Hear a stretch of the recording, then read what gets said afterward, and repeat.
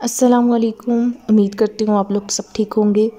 Video شروع کرنے سے پہلے جیسے کہ میں آپ سب سے کہتی ہوں، بالکل عام سی بندی ہوں، خطا کار سی ہوں، اپنی غلطیوں سے سیکھ رہی ہوں اور زندگی کی آخری سانس تک ہر انسان سیکھتا رہتا ہے۔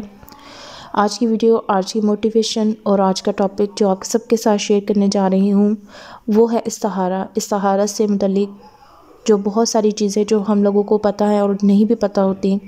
ان سب کا آج آپ کے ساتھ ڈیٹیل کے ساتھ میں آپ کو اس ٹاپک کے متعلق بات کروں گی،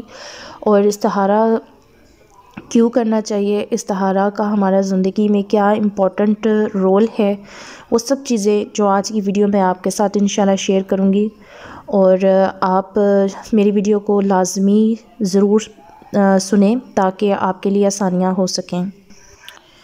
اور استخارہ کے جو 7 پوائنٹس ہیں وہ میں نے اسکرین پہ آپ کے ساتھ شیئر کیے ہیں، اور ان 7 پوائنٹس کو میں آپ کے ساتھ ڈیٹیل کے ساتھ آپ کے ساتھ شیئر کروں گی۔ استخارہ سے مراد ہے نرمی اور مہربانی مانگنا۔ یہاں پہ میں آپ لوگوں کے ساتھ صحیح البخاری 7390 کی حدیث آپ کے ساتھ شیئر کرتی ہوں استخارہ کی اہمیت سے متعلق۔ رسول اللہ صلی اللہ علیہ وسلم اپنے صحابہ کو ہر کام میں، یعنی کہ جو بھی جائز کام ہوتا تھا اس میں استخارہ کرنا سکھاتے تھے، جس طرح آپ قرآن کی سورت سکھاتے تھے۔ آپ صلی اللہ علیہ وسلم فرماتے ہیں کہ جب تم میں سے کوئی کسی کام کا مقصد کرے یا کسی کام کا ارادہ کرے تو اسے چاہیے کہ فرض نماز کے علاوہ 2 رکعت نفل نماز پڑھے، اور پھر سلام پھیرنے کے بعد وہ دعا پڑھے۔ اور استخارہ کی دعا کو میں آگے جا کے آپ کے ساتھ ویڈیو میں شیئر کروں گی، اور اس کی جو ترجمہ ہے اس کو بھی آپ کے ساتھ ڈسکس کروں گی۔ اور دور جاہلیت کے کاموں کا بدل کیا تھا، مطلب جو زمانہ قدیم تھا اس کے اندر جو پہلے لوگ تھے نجومیوں اور کہنوں سے، مطلب اپنے اور پرندوں سے فال لینے والوں سے مستقبل کا حال معلوم کرتے تھے نا۔ اللہ نے اس کی جگہ مسلمانوں کو دعائے استخارہ عطا فرمائی۔ مطلب جو زمانہ قدیم میں لوگ تھے وہ ان طریقوں سے، یعنی کہ کہنوں کے پاس جانا، ان سے فال نکلوانا پرندوں کے ذریعے، اور پتہ نہیں کیا کیا اور بھی ہوں گے طور طریقے جو کہ مجھے اتنا تو نہیں پتہ، لیکن جتنا مجھے نالج ملا اس کے مطابق ہی میں بات کر سکتی ہوں آپ کے ساتھ۔ تو وہ اس طرح سے اپنے جو سنا مستقبل کا حال معلوم کرتے تھے، لیکن جب ہمارے نبی پاک صلی اللہ علیہ وسلم نے ہم لوگوں کو، ہم مسلمانوں کے لیے دعائے استخارہ ہم لوگوں کو اس طریقے سے بتایا کہ آپ لوگ نے اگر اپنے مستقبل سے متعلق یا کسی بھی معاملے میں آپ لوگ خیر اللہ تعالیٰ سے چاہتے ہیں تو آپ دعائے استخارہ کو لازمی اپنی زندگی میں شامل کریں۔ اب تیسرا پوائنٹ ہے استخارہ کب کیا جاتا ہے۔ استخارہ ان کاموں میں کیا جاتا ہے جن میں انسانوں کو کوئی کسی قسم کا تردد ہوتا ہے اور معلوم نہیں ہوتا کہ آیا وہ درست ہے یا نہیں ہے نا، ان کاموں میں ہم لوگ دعائے استخارہ کو کرتے ہیں۔ اور استخارہ کا جو مسنون طریقہ ہے وہ کیا ہونا چاہیے، وہ تمام اوقات جس کے اندر ہم لوگوں کو نفل پڑھنا مناسب نہیں ہے، یا جو ہمارے نبی پاک صلی اللہ علیہ وسلم سے ہم لوگوں کو پتہ ہے کہ کن کن اوقات میں ہم لوگ نفل نہیں پڑھ سکتے، ان اوقات کے علاوہ رات یا دن کے کسی بھی حصے میں 2 نفل رکعت کو پڑھیں۔ سورہ فاتحہ کے بعد جو سورت چاہیں آپ پڑھ لیں، اور پڑھنا عام نوافل کی طرح ہے۔ ان نوافل کو پڑھنا، سلام پھیرنے کے بعد اللہ تعالیٰ کی حمد و ثنا بیان کریں، اور نبی پاک صلی اللہ علیہ وسلم پر درود ابراہیم پڑھیں، یا کوئی سا بھی آپ درود پڑھ لیں، اور پھر جو آپ کے پاس دعا استخارہ ہے اس کو آپ پڑھیں۔ ففتھ پوائنٹ، استخارہ کرنے کا مقصد اللہ کے سوا کوئی غیب نہیں جانتا، خیر و شر اللہ ہی کے ہاتھ میں ہے، اللہ کے سوا کوئی تقدیر مقرر نہیں کر سکتا۔ انسان اللہ کے سامنے اپنی محتاجی ظاہر کر کے مسنون طریقے پر استخارہ کرے۔ اور جو استخارہ کی جو دعا جو آپ کے سامنے آگے شیئر کروں گی، تو آپ کو اس دعا کو پڑھنے کے بعد بھی پتہ چلے گا کہ ہم کس طرح سے اللہ تعالیٰ سے اپنی محتاجی کا اس میں ذکر کر رہے ہیں، اور اپنے کمزور ہونے کا، اور جب تک وہ کیفیت آپ میں ظاہر یا ہم پہ اس طرح کی کیفیت طاری نہیں ہو سکتی، جب تک ہم اللہ تعالیٰ سے وہ شدت دکھائیں گے نہیں، تو ہم لوگوں کو استخارہ کی جو دعا ہے نا، سب سے پہلے تو ضروری یہ ہے کہ ہمیں استخارہ کی دعا کو سمجھنا چاہیے۔ استخارہ کی دعا کو اس کے اوپر جو ہمارا غور و فکر ہے نا وہ بہت زیادہ ہونا چاہیے، تبھی ہمیں پتہ چلے گا کہ استخارہ ہم کس مقصد سے کر رہے ہیں نا۔ تو آپ کے ساتھ سورہ فاتر کی آیت جو 15 ہے وہ بھی شیئر کرتی ہوں، اس کا ترجمہ کہ سب انسان محتاج ہیں، اے لوگو تم ہی اللہ کی طرف محتاج ہو۔ اور سورہ بقرہ کی آیت نمبر 216، اور ہو سکتا ہے کہ تم ایک چیز کو ناپسند کرو اور وہ تمہارے لیے بہتر ہو، اور ہو سکتا ہے کہ تم ایک چیز کو پسند کرو اور وہ تمہارے لیے بری ہو، اور اللہ جانتا ہے اور تم نہیں جانتے۔ اور ان دو آیات کو آپ کے ساتھ شیئر کرنے کا مقصد یہ ہے کہ ایک آیت جو سورہ فاتر کی آیت ہے، اس میں اللہ تعالیٰ ہمیں بتا رہے ہیں کہ ہم سبھی انسان اللہ کے محتاج ہیں،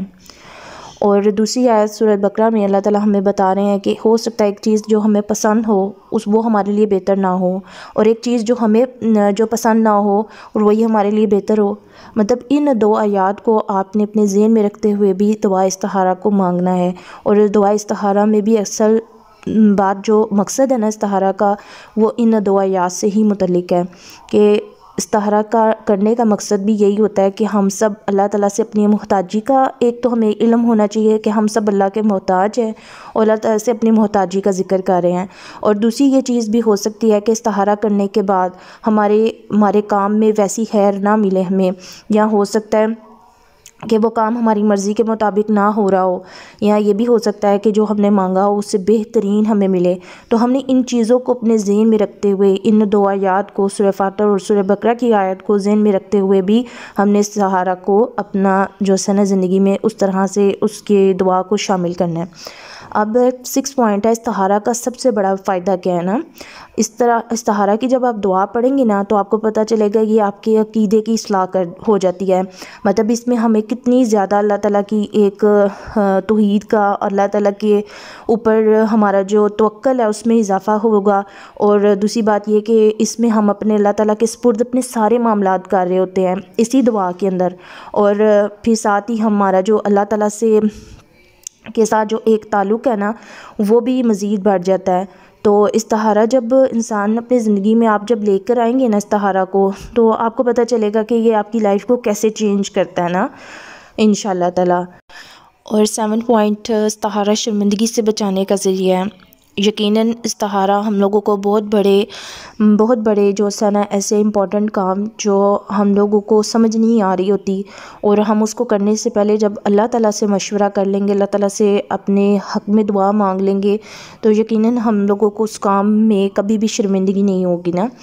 تو اس میں بعض جو حکمہ ہیں، جو علماء ہیں، وہ کہتے ہیں کہ جیسے 4 چیزیں عطا کر دی گئیں، وہ 4 چیزوں سے محروم نہیں کیا جاتا۔ ایک جب جسے شکر گزاری کی توفیق دے دی گئی، اسے مزید ملنے سے محروم نہیں کیا جاتا، اور 2 جسے توبہ کی توفیق دے دی گئی، اس کی قبولیت سے بھی اس کو محروم نہیں کیا جاتا، اور نمبر 3 جسے استخارہ کی توفیق دے دی گئی وہ درست بات سے محروم نہیں رہتا، اور نمبر 4 جسے مشورہ کی توفیق دے دی گئی وہ درست بات سے محروم نہیں رہتا۔ تو اس لیے استخارہ کی جب آپ کو توفیق مل گئی ہے تو یقیناً آپ اپنے کسی بھی معاملات میں شرمندگی آپ کو نہیں اٹھانی پڑے گی انشاءاللہ تعالیٰ۔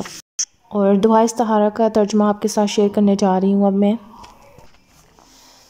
اے اللہ، بے شک میں تجھ سے تیرے علم کی بدولت خیر طلب کرتا ہوں، اور تیری قدرت کی بدولت تجھ سے طاقت مانگتا ہوں، اور تیرے فضل عظیم کا طلبگار ہوں کہ بے شک تو ہی قدرت رکھتا ہے اور مجھے کوئی قدرت نہیں۔ علم تجھ ہی کو ہے اور میں کچھ نہیں جانتا، اور تو تمام پوشیدہ باتوں کا جاننے والا ہے۔ اے اللہ، اگر تو جانتا ہے کہ یہ کام جس کے لیے استخارہ کیا جا رہا ہے میرے دین، میرے معاش، میرے کام کے اعتبار سے، انجام کے اعتبار سے میرے لیے بہتر ہے تو اسے میرے لیے مقدر کر دے اور اس کو میرے لیے آسان کر دے، پھر اس میں مجھے برکت عطا کر۔ اور اگر تو جانتا ہے کہ یہ کام میرے دین، میرے معاش، میرے کام کے انجام کے اعتبار سے برا ہے تو اس سے مجھ سے دور کر دے، اور مجھے بھی اس سے پھیر دے، پھر میرے لیے خیر مقدر فرما جہاں بھی ہو، اور اس پہ میرے دل کو مطمئن کر دے۔ اور حاصل امر پہ جب آپ پہنچیں گے تو یہاں پر آپ نے اپنی آ کر جو سے نا اپنی حاجت کو، اپنی جو مقصد ہے آپ کا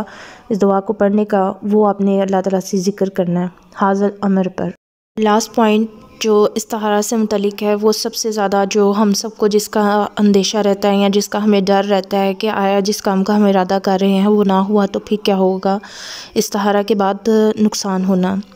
یہ ظاہر نظر آنے والے نقصان میں بھی خیر پوشیدہ ہو سکتی ہے، کیونکہ آزمائشیں کہیں سے بھی آ سکتی ہیں، دنیا میں نہیں تو آخرت میں خیر مل جائے گی، کیونکہ کچھ دعائیں جو جو دنیا میں قبول نہیں ہوتی وہ آخرت کے لیے ذخیرہ ہو جاتی ہیں، اور استخارہ بھی ایک دعا ہی ہے۔ تو آپ نے اس ڈر سے اس دعا استخارہ کو نہیں چھوڑنا کہ آیا ہمارا اگر نقصان ہو گیا یا ہمارا وہ کام نہ ہوا تو پھر کیا ہوگا۔ آپ نے ان سب وسوسوں سے اپنے دل کو صاف کر کے آپ نے اس دعا کو اپنی زندگی میں شامل کرنا ہے، اور جب آپ صاف نیت کے ساتھ اچھے دل کے ساتھ اللہ تعالیٰ سے دعا مانگیں گے تو آپ کو یقیناً اللہ تعالیٰ خیر ہی خیر عطا فرمائے گا۔ اور امید کرتی ہوں آج کی میری ویڈیو آپ لوگوں کی زندگی میں مددگار ثابت ہو سکے، اور ملوں گے آپ لوگوں کے ساتھ ایک نئی امید، ایک نئی موٹیویشن، ایک نئے ٹاپک کے ساتھ انشاءاللہ۔ اپنی دعاؤں میں مجھے یاد رکھیے گا۔ اللہ حافظ۔